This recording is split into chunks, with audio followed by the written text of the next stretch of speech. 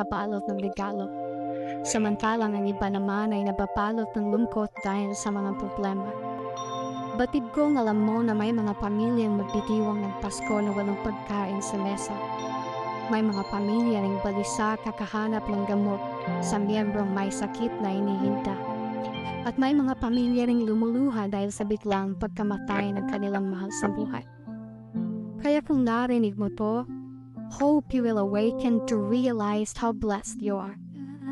Kaya wag mong tawanan ang kahirapan ng iba. Ang daming taong pinipilit maging okay kahit di naman talaga. And you know what?